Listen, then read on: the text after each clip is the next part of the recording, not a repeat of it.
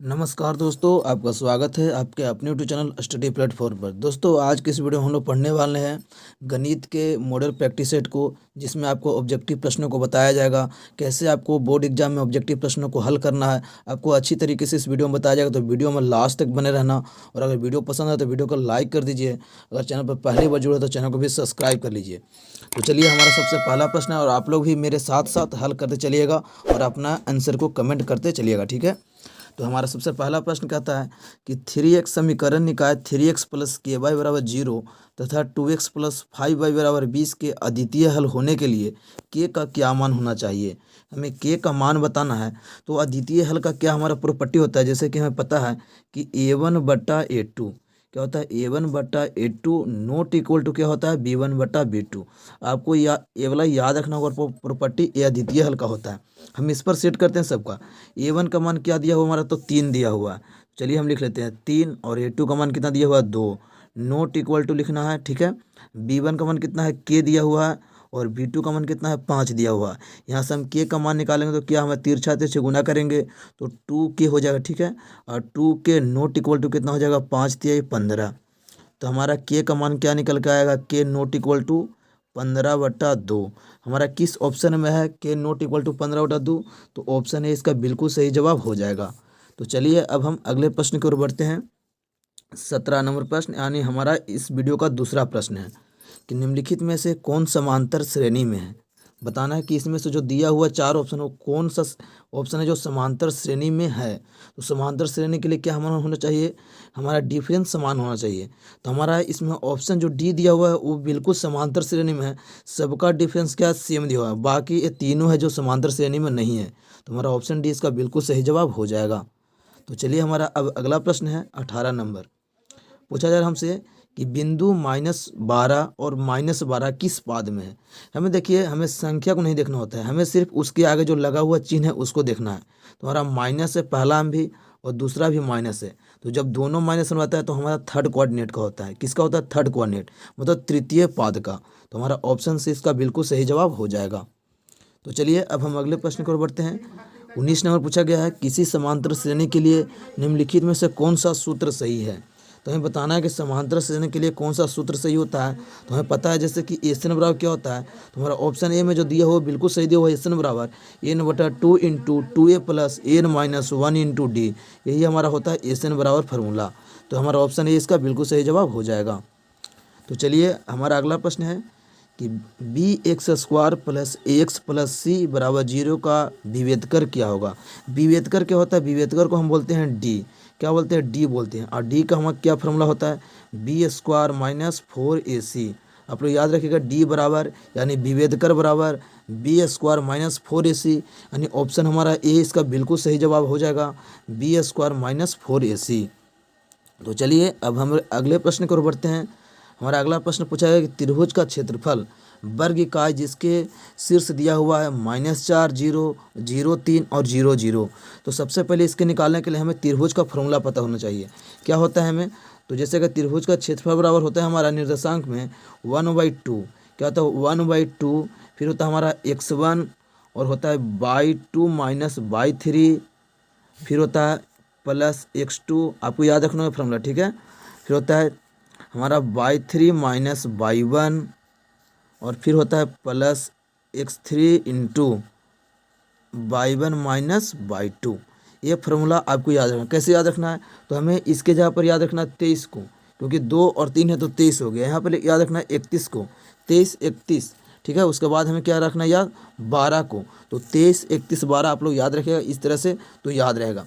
अब इस पर हम लिखते हैं जो भी हमें निर्देशांक दिया हुआ है। तो क्या दिया हुआ है, 1/2, ठीक है।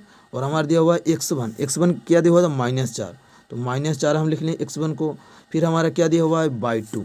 तो /2 का मान हमारा कितना है, तो /2 का मान हमारा 3 है, और /1 का मान हमारा 0 है, ठीक है। उसके बाद हम लिखते हैं x2 को। तो x2 हमारा कितना है, 0।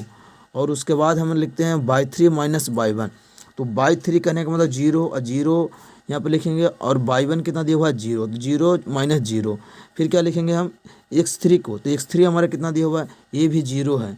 और x3 के बाद हमारा होता है /1 माइनस /2। /1 का मान 0 और /2 का मान 3। अब यहाँ पर हम देखते हैं क्या ना, देखिए बहुत ईजी क्वेश्चन है, 1/2 ज़्यादा लेंदी नहीं है। यहाँ पर करेंगे तो -4 है, और -4 ये 3 जब जीरो घटाएंगे तो 3 रहेगा, और -4 में जब करेंगे 3 से गुना तब -12 हमारा निकल के आ जाएगा। और बाकी इधर सबका सब में गुना में जीरो तो जीरो बना लेगा सब, ठीक है। तो हमारा क्या निकल के आएगा 1/2, और गुना क्या आ गया -12, और -12 को हम काटेंगे तो हमारा -6 मरतबे कट जाएगा। त्रिभुज का क्षेत्रफल हमारा क्या आ गया -6, क्या आ जाएगा -6। यहाँ पर देख सकते हैं कि -6 किस ऑप्शन में है, 6। देखिए अब क्या होता है कि त्रिभुज का क्षेत्रफल हमारा माइनस में नहीं होता, इसलिए ऑप्शन ए इसका बिल्कुल सही जवाब हो जाएगा 6। तो आप लोग इसे इस तरह से याद रखिएगा। तो चलिए हम अगले प्रश्न की ओर बढ़ते हैं। तो हमारा अगला प्रश्न है कि सभी समबाहु त्रिभुज होते हैं। तो सभी समबाहु त्रिभुज क्या होते हैं, तो आप लोग को बताना है। अगर सभी समबाहु त्रिभुज पूछे तो वो होते हैं क्या, समरूप होते हैं। तो समरूप आप लोग याद रखिएगा। तो चलिए हम अगले प्रश्न की ओर बढ़ते हैं। हमारा अगला प्रश्न है कि यदि बहुपद f(x) x² - 3x + 5 के शून्यांक a और b हो तो 4 × a + b क्या होगा। अब देखिए यहाँ पर क्या हुआ है, इस क्वेश्चन में हमें कुछ लगता है कि मिस्टेक है। अगर आप लोग एक क्वेश्चन बना पाते हैं तो इसका ऑप्शन हमें कमेंट में कर दीजिएगा कौन सा होगा सही। जो हमें निकालना है a 4 × a + b, तो आप लोग इससे बताइएगा, ठीक है। तो चलिए हम अगले प्रश्न की ओर बढ़ते हैं। हमारा 24 नंबर प्रश्न को हम बताते हैं। क्या दिया हुआ कि समांतर श्रेणी है एक दिया हुआ 5, 8, 11, 14 के प्रथम 24 पदों का योग क्या होगा। अब प्रथम 24 पदों का योग कहने का मतलब है कि हमारा n का मान 24 दिया हुआ, और योग का क्या हम फॉर्मूला होता है, जैसे कि हमें पता है कि एसन बर लगाएंगे। यहाँ पर हम क्या होता है n/2 × 2a + n - 1 × क्या होता है d होता है, ठीक है। तो n/2 कहने का मतलब n का मान कितना दिया हुआ है 24, तो 24/2 यहाँ पर लिखेंगे इस तरह से।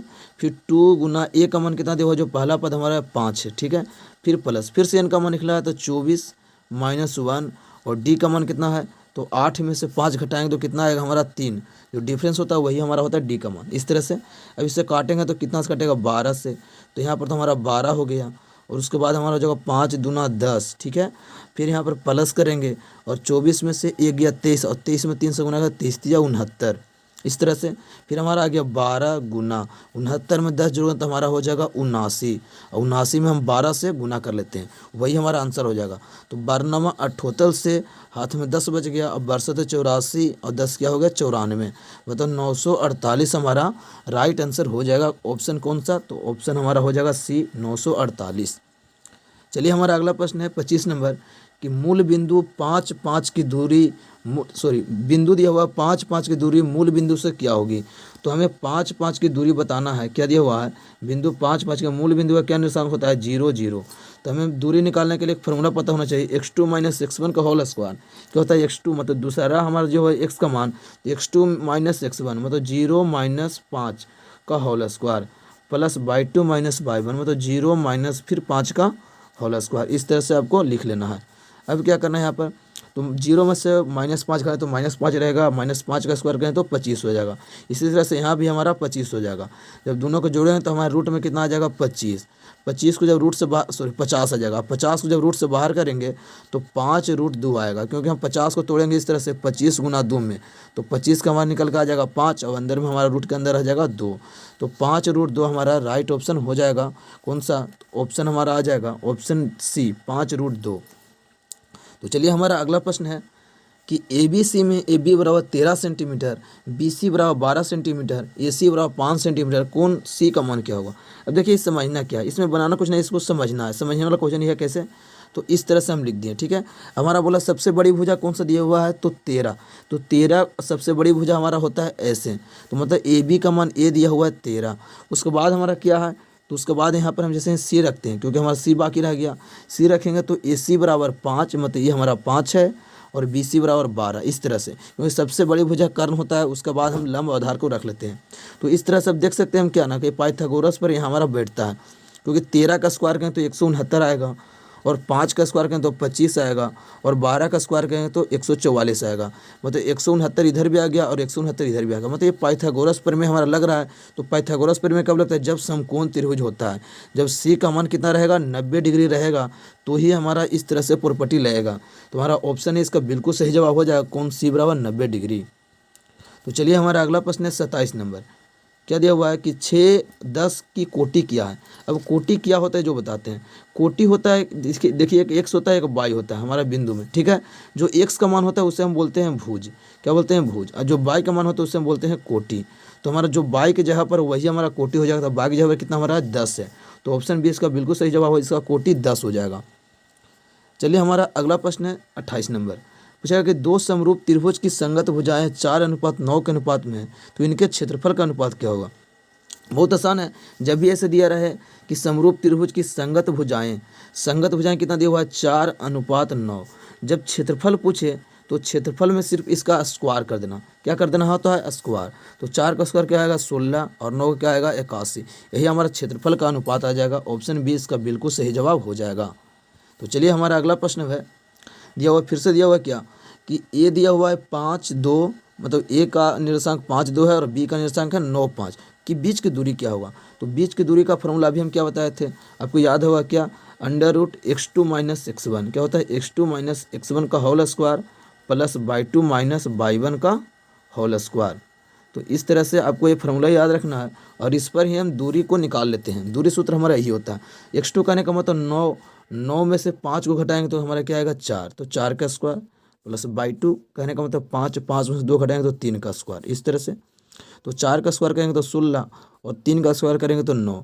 तो 16 9 कितना निकल के आ जाएगा 25। 25 का क्या वर्गमूल आएगा तो 5 हमारा बाहर निकलेगा। तो हमारा दूरी कितना आ जाएगा 5। ऑप्शन डी इसका बिल्कुल सही जवाब हो जाएगा।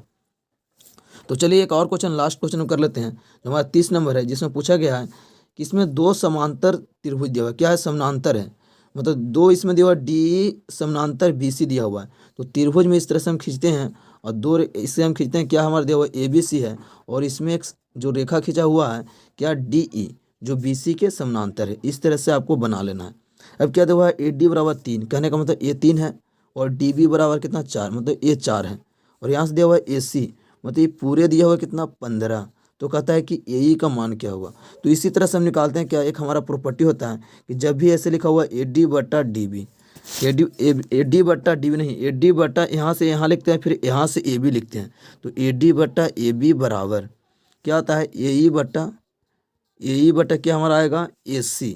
तो इस पर हम रखते हैं। तो AD का मान कितना दिया हुआ था 3, AB कहने का मतलब यहाँ से यहाँ तक की दूरी 4 3 7, तो 7 रख दिए, ठीक है। फिर बराबर क्या AE का हमें मान निकालना है और AC का मान कितना दिया हुआ है तो 15। इस तरह से दिया हुआ है। तो जैसे ही यहाँ से हम करेंगे तो तिरछा तिरछे गुना करते हैं। तो AE बराबर क्या हमारा निकल के आ जाएगा, आप लोग को अच्छे से समझना है, 15 × 45 और बट्टा में हमारा आ जाएगा 7।